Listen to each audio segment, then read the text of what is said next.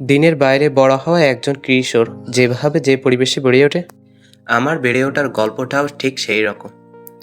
খুব ডানপিটের স্বভাবের ছিলাম। মানুষের কষ্ট দেওয়া, পশু পাখিকে কষ্ট দেওয়া, বন্ধুদের মিললে অন্যের বাগানের আম চুরি করে খাওয়া, আব্বুর পকেটের টাকা চুরি করা, আত্মীয় স্বজনের সাথে খারাপ আচরণ, স্কুল পালানো, সিনেমা দেখা, পূজা মণ্ডলে যাওয়া ইত্যাদি ছিল আমার জীবনের নৈমিত্তিক কাজ। বাড়িতে নামাজ পড়তেন শুধু আমার মা, বাবা নামাজ পড়তেন না, শুধু পড়াশোনার জন্য বকাঝোকা করতেন। মা যদিও নামাজের জন্য হালকা বকাবকি করত, কিন্তু দেখা যেত জুম্মার নামাজেও আমি যেতে চাইতাম না। নামাজে যাওয়ার কথা বললেই আমি অন্যদিকে চলে যেতাম। আমি ছিলাম প্রচণ্ড সিনেমা পোকা। তখন বাড়িতে টেলিভিশন ছিল না। পাশের বাড়িতে সিনেমা দেখতে দেখতেই আমার বেশিরভাগ সময় কাটত। আমার এমন ডানপিটের স্বভাবে আমার ওপর আমার মা চরম বিরক্ত হয়ে উঠলেন। অবশ্য বিরক্ত হওয়ারই কথা। বাবা আমাকে কথা শোনাতেন না। আমার কৃতকর্মের সমস্ত ঝাল তিনি মায়ের উপর দিয়ে ঝাড়তেন। মায়ের আশকারাতেই আমি মাথায় চড়েছি, নষ্ট হয়েছি, কুপথে গিয়েছি ইত্যাদি আরও নানা বর্ণের জর্জরিত হতেন আমার মা। মা একদিন করলেন কি, আমাকে পাশের বাড়ি থেকে ধরে নিয়ে এসে বাসায় ঢুকিয়ে মা নিজের গলায় দড়ি পেঁচিয়ে আত্মহত্যা করতে চাইলেন। আর চিৎকার করে বলতে লাগলেন, আমি মরে গেলেই তো শান্তি পাবি, তাই না? এই দেখ, আমি মরে যাচ্ছি। আমি ছিলাম বাবা মায়ের একমাত্র ছেলে। মা বলেছিল, পরপর 6টা মেয়ের সন্তানের পর আমি নাকি তাদের কাছে আল্লাহর এক বিশেষ নিয়ামত হিসাবে জন্মেছি। রক্ষণশীল সমাজের চোখে তখন ছেলের সন্তান মানে সব কিছু, আর মেয়ের সন্তান মানে বোঝা। আমার বাবা মায়ের মনেও এই রকম ধারণা ছিল। তারা ভাবতেন আমি তাদের অন্ধকারের আলো স্বরূপ, বৃদ্ধ বয়সের লাঠি। এই জন্য আমি তাদের কাছে ছিলাম অতি আদরের দুলালের মতো। সেই আমি যখন একরকম বেঁকে বসলাম, তারা দুজনেই আমাকে নিয়ে খুব হতাশ হয়ে পড়ল। এরপর হঠাৎ একদিন বাবা অসুস্থ হয়ে পড়লেন। বাবার চিকিৎসা চলাকালীন আমার যাতে পড়াশোনায় কোনো রকম ব্যাঘাত না ঘটে, সেই জন্য আমাকে আমার বড় আপুর বাসায় পাঠিয়ে দেওয়া হলো। আপুর শ্বশুরবাড়ির পরিবেশটা ছিল আমাদের চেয়ে পুরাপুরি ভিন্ন। পড়াশোনার জন্য এক চমৎকার একটা পরিবেশ বলা যায়। আশেপাশে মানুষগুলো যথেষ্ট ধার্মিক, সবাই নিয়মিত নামাজ পড়ে, পর্দা হিসাব করেও চলে। এইরকম একটা পরিবেশে এসে আমি যে একেবারে বদলে গেলাম তাও না। আমার দুরন্তপনা ডানপিটের স্বভাবগুলো তখনও বহাল ছিল আগের মতো। আমি খুঁজে খুঁজে আশপাশ থেকে আমার স্বভাবের ছেলেদের বের করলাম। তাদের সাথে আড্ডা দিতাম, সময় কাটাতাম। আপুর শ্বশুর বাড়ি যেহেতু সবাই ধার্মিক শ্রেণীর ছিলেন, আমি নামাজ না পড়লে কেমন একটু বেমানান দেখাই। সমালোচনার ভয়ে মসজিদে যেতে হতো, কিন্তু মন থেকে কখনো নামাজ পড়তাম না। বন্ধুদের সাথে খেলাধুলা, আমোদ ফুর্তি করতাম, সিনেমা দেখতাম, নাচতাম, গাইতাম, কিন্তু মানসিক তৃপ্তিটা পেতাম না। একদিন সিনেমা দেখার জন্য টিভি অন করলাম। চ্যানেল পাল্টাতে গিয়ে হঠাৎ আবিষ্কার করলাম কোট টাই পরে এক লোক খুব স্মার্টলি ভাবে কোরআন হাদিসের কথা বলছে। তার লেকচার শোনার জন্য নয়, বরং কোট টাইটা যেন তার প্রতি আমার কৌতূহলের মাত্রাটা বাড়িয়ে দিল। ইতিপূর্বে কোট টাই পরা কোনো লোককে আমি কখনো হাদিস বলতে দেখিনি। চ্যানেল পাল্টালাম না, শুনতে লাগলাম। একটু পরে বুঝতে পারলাম তিনি একজন ডাক্তার। একজন ডাক্তার ডাক্তারি না করে ধর্মপ্রচারে নামলো কেন, সেটা আমার মাথায় ঢুকলো না। লোকটি নিজেকে তুলনামূলক ধর্মতত্ত্বের ছাত্র বলে ঘোষণা দিচ্ছেন। আমি অবাক হলাম। একজন ডাক্তার তো ডাক্তারি বিষয়ে বিশেষজ্ঞ হওয়ার কথা। মেডিকেলে সায়েন্সের কঠিন কঠিন টার্ম তিনি মুখস্থ করবেন, হাত উঁচিয়ে উঁচিয়ে সেই সব মানুষকে বোঝাবেন, এটাই তো স্বাভাবিক। কিন্তু এ আবার কেমন ডাক্তার, যিনি মেডিকেল টার্মের বদলে স্টেজে দাঁড়িয়ে কোরআনের আয়াত নম্বর, হাদিস নম্বর, ফতোয়া নম্বর, বেদ, গীতা, রামায়ণ, বাইবেল, ত্রিপিটক থেকে এক নিঃশ্বাসে বলে যান। একটুও থামাথামি নেই। স্টেজের সামনে রথী, মহারথী, সেলিব্রিটি, ধর্মগুরুদের আসন। সবাই এই লোকের উপস্থিত বক্তৃতা, মেধা এবং তার প্রয়োগ দেখে অবাক। একটু পরপরই সবাই হাতে তালি দিয়ে তাকে অভিনন্দন জানাচ্ছে। একটা লোক কিভাবে এত কিছু একসাথে মুখস্থ রাখে, তাও আবার বইয়ের নাম, পৃষ্ঠা, নম্বর, লাইন সহ। আমি অভিভূত হলাম, এটা কি সম্ভব? ছোটবেলায় শুনতাম এক বিখ্যাত ব্যক্তি ছিলেন যিনি নাকি একবার বই পড়ে বইয়ের পাতা ছিঁড়ে ফেলতেন। এর কারণ একবার পড়লেই নাকি তার সব মুখস্থ হয়ে যেত। সেই বিখ্যাত ব্যক্তিকে আমি কখনো দেখিনি, কিন্তু এই কোটটাই পরা লোকটিকে দেখে আমার মনে হলো আল্লাহ তাআলা মনে হয় কাউকে কাউকে এই অসীম অনুগ্রহ দান করে থাকেন। এ নিয়েও তাদের মধ্যকার একজন। যে চ্যানেলে এই লোকটিকে প্রথম দেখি, সেই চ্যানেলের নাম পিস টিভি। আস্তে আস্তে নিয়মিত এই চ্যানেল দেখা শুরু করলাম। টিভি অন করে পিসি খুলে বসে অপেক্ষা করতাম, কবে আসবে সেই কোটটাই পরা লোকটি, কখন শুনবো তার মনোমুগ্ধ কথামালা। লোকটির নাম জাকির নায়েক, ডক্টর জাকির নায়েক। জন্মেছেন আমাদের পাশের দেশে, ভারতে। নিয়মিত পিস টিভি দেখার মধ্য দিয়ে আমি খেয়াল করলাম আস্তে আস্তে আমার মাঝে কিছু পরিবর্তন আসতে শুরু করেছে। নামাজ পড়া শুরু করলাম নিয়মিত। এক সময়ে লোক দেখানো কিংবা নেহাত সমালোচনার ভয়ে নামাজ পড়লেও এরপর থেকে মন দিয়েই নামাজ পড়া শুরু করলাম। আখিরাতের ভয় মনের মধ্যে জেঁকে বসলো তখন। ওয়াজ মাহফিলগুলোতে যাওয়া শুরু করলাম। জামাতবদ্ধভাবে নামাজ পড়ার অভ্যাস গড়ে তুলতে লাগলাম। বন্ধুদের নিয়ে সিনেমা দেখতে যাই না, আড্ডা দেই না, অহেতুক সময় নষ্ট করি না। দিন দিন তখন আমার ধ্যান জ্ঞানে পরিণত হতে শুরু করলো।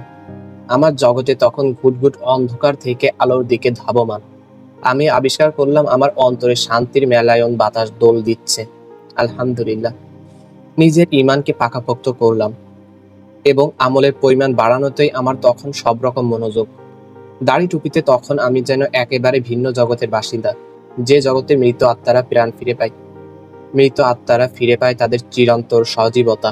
নিজের একাডেমিক পড়াশোনাতেও আগের চেয়ে বেশি মনোযোগী হতে শুরু করেছি। স্টুডেন্ট হিসাবে কখনোই খারাপ ছিলাম না। প্রাইমারি মাধ্যমিক সবগুলোতে স্কলারশিপ পেয়েছি এবং জেলার মধ্যে প্রথম হয়েছি। কেবল পড়াশোনায় ভালো হওয়ার ফলে সকলের কাছে প্রশংসার পাত্র ছিলাম। কিন্তু যখনই আমি দিনে ফিরে আসি, দাঁড়িয়ে রাখি এবং নামাজ রোজার প্রতি ঝুঁকে পড়লাম, আমার চারপাশের চেনা পরিবেশটা হঠাৎ যেন অপরিচিত হয়ে গেল। হঠাৎ করে আমার কাছে অচেনা হয়ে গেল। আমার কাছের মানুষগুলো যেন দূরে সরে যেতে লাগলো। দাড়ি রাখার ফলে কত লোকের কত কটু কথা শুনতে হয়েছে যে আমার, তার কোনো ইয়াত্তা নেই।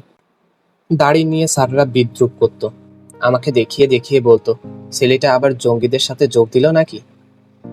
কিছু আত্মীয় স্বজনদের কাছে শুনেছি আমাকে আত্মীয় বলে পরিচয় দিতেও নাকি তাদের সংকোচ বোধ হয়। কেন? কারণ আমি দিন। আমার লেবাস। মাধ্যমিকের পর ইচ্ছে ছিল নটরডেমে ভর্তি হব। পরে শুনলাম সেখানে নাকি খ্রিস্টানদের কলেজ, সেখানে ভর্তি হওয়ার জন্য ক্লিন শেভ করতে হয়। ভয়ে নটরডেমে পড়ার ইচ্ছা মাটি চাপা দিলাম। সবচেয়ে ঝামেলার মধ্যে পড়তে হয় যখন এইচএসসিতে রাজশাহীতে পড়তে যায়। তখন বাংলাদেশে তখন অস্থিতিশীল রাজনৈতিক অবস্থা বিরাজ করছে। সব দিকে দাড়ি টুপিওয়ালাদের ধরপাকড় মারমার অবস্থা। আলহামদুলিল্লাহ, ক্যাম্পাসে একটি কঠিন অবস্থা বিরাজ থাকা সত্ত্বেও আমি সুন্নতের ওপর অটল ও দৃঢ় ছিলাম। এইরকম কঠিন অবস্থার মধ্য দিয়ে যেতে হয়েছে আমাকে। এদিকে কাছের মানুষদের বিমুখতা, একদিকে দাড়ি টুপির ওপার গড়হস্ত পরিবেশ, অন্যদিকে মেডিকেল পড়ার সুতীব্র ইচ্ছে। আলহামদুলিল্লাহ, মহান রব্বুল আলামিন আমাকে নিরাশ করেননি। আমি মেডিকেলে চান্স পেলাম। সোহরাউদ্দিন মেডিকেল কলেজে পড়ার সুযোগ করে দিলেন রব্বে কারিম। মেডিকেলে আসার পর আমার মনে হলো আর এক নতুন জগতে চলে এসেছি। এখানকার স্যার আর ম্যাডামদের অবস্থা আরো খারাপ। সার্জারি ক্লাসে সেই দিন আমার প্রথম দিন। আমাদের ক্লাস নিচ্ছিল জৈনক প্রফেসর। ভদ্রলোক, তার নামের আগে মুহাম্মদ লেখেন, পড়াছিলেন সার্জারি ইনস্ট্রুমেন্ট। আমার দিকে বাঁকা চোখে তাকিয়ে বললেন, কিন্তু এটা মুসলমানদের আলী রাদিয়াল্লাহু তাআলার ফরফেস না। মুসলমানদের মাথায় মারামারি চিন্তা ছাড়া আর কোনো ভালো চিন্তা নাই। একদিন কমিউনিটির জৈনিক ম্যাডাম আমাকে বললেন, এই যে তোমার যে মাটিতে টিপ দাও, এতে লাভ কি হয়? আফসোস, অথচ তিনিও একজন মুসলিমের মেয়ে। ওই একই ডিপার্টমেন্টে অন্য এক শ্রদ্ধেয় ম্যাম তার লেকচারে বলেছিলেন, আমি শুনলাম তোমাদের হোস্টেলে নাকি নামাজের জন্য চাপ দেওয়া হয়। আমি যেহেতু একাডেমিক কাউন্সিলরের একজন সদস্য, এ ব্যাপারে অবশ্য দাবি উত্থাপন করব, যেন নামাজের জন্য আর ডাকাডাকি না করা হয়। মেডিকেলে একটা ব্যাপার আছে, চাইলে কেউ স্যার বা ম্যাডামের বিপক্ষে কথা বলতে পারে না, কেননা আমাদের পাশের বেশিরভাগ নাম্বার ভাইবা থেকে আসে। সুতরাং কোনো ভাই যদি এইসবের বিপক্ষে মাথা তুলে জবাব দেন আর দুর্ভাগ্যবশত প্রয়োজনীয় তথ্য উপাত্ত দেখাতে না পারেন, তাহলে তাকে পাশ করতে হবে না। ওই ম্যাডাম ভাইবা নিলে তো ফেল করাবেনই, তবে তিনি যদি সুযোগ না পান তাহলে অন্য স্যার ম্যাডামের মাধ্যমে ফেল করানোর বন্দোবস্ত করবেন। যা বলছিলাম, মেডিকেলের জীবনে মুসলমানিত্বের আড়ালে নাস্তিক্যবাদ আর সেকুলারিজমের ছাড়াছাড়ি। এখানে কেউ দাড়ি টুপি পরলে হুজুর ট্যাগ পেয়ে যায় এবং এই হুজুরদের সবচেয়ে বড় ভুল হিসাবে দেখা হয়। মনে হয় যেন তারা অসুধ, অথচ অন্যরা শত শত ভুল করলেও তাদের সবসময় মার্জনা চোখে দেখা হয়। বিষয়টি সামাজিক কাজকর্মের ক্ষেত্রে প্রযোজ্য, তেমনি পরীক্ষার ক্ষেত্রেও বলা চলে। আমি যখন পেশাগত পরীক্ষায় ভাইবা দিচ্ছিলাম, ভাইবা বোর্ডে কোনো একটা প্রশ্ন উত্তর দিতে পারিনি। শ্রদ্ধেয় ইন্টারনাল ম্যাম আমাকে বলেছিলেন, কি হুজুর, নামাজ পড়তে পড়তে তো কপালে দাগ লাগিয়ে ফেলেছো দেখছি, প্রশ্নের উত্তর দিতে পারো না কেন? খালি নামাজ পড়লেই তো হবে না, পড়াশোনাও তো করা লাগবে। নামাজের সাথে প্রশ্নের উত্তর দিতে পারা বা না পারার কি সম্পর্ক, তা আমি বুঝিনি সেই দিন। ভাইবা বোর্ডে একজন শিক্ষার্থী সব প্রশ্নের উত্তর দিতে যে সমর্থন হবে এমন নয়, তাই বলে তিনি আমার ধার্মিকতা নিয়ে কটাক্ষ করবেন কেন? নেহাত ইসলাম বিদ্বেষী। অন্য কাউকে এই রকম কথা বলে অতটা মজা পান না তিনি, যতটা আমার ক্ষেত্রে পেয়েছিলেন। নিশ্চয়ই আমার মুসলমানিত্ব নিয়ে তিনি সন্তুষ্ট নন, অথবা অন্যরা যে নামাজ পড়ে না সে ব্যাপারে তিনি অধিক তৎপর। এইসব শুধু আমার সাথে হয়, কিন্তু এইরকম না। যারা আমার মতো দিন মোতাবেক দিন মেনে চলার চেষ্টা করে, তালেবে ইলিম হওয়ার চেষ্টা করে, তাদের প্রত্যেকের সাথে এইরকম হয়। আমাদের প্র্যাকটিসিং বোনদেরও যে কত ভোগান্তি পোহাতে হয় তার সাক্ষী আমি নিজেই। কিছু কিছু ক্ষেত্রে বোনদের ভোগান্তির অনেক বেশি।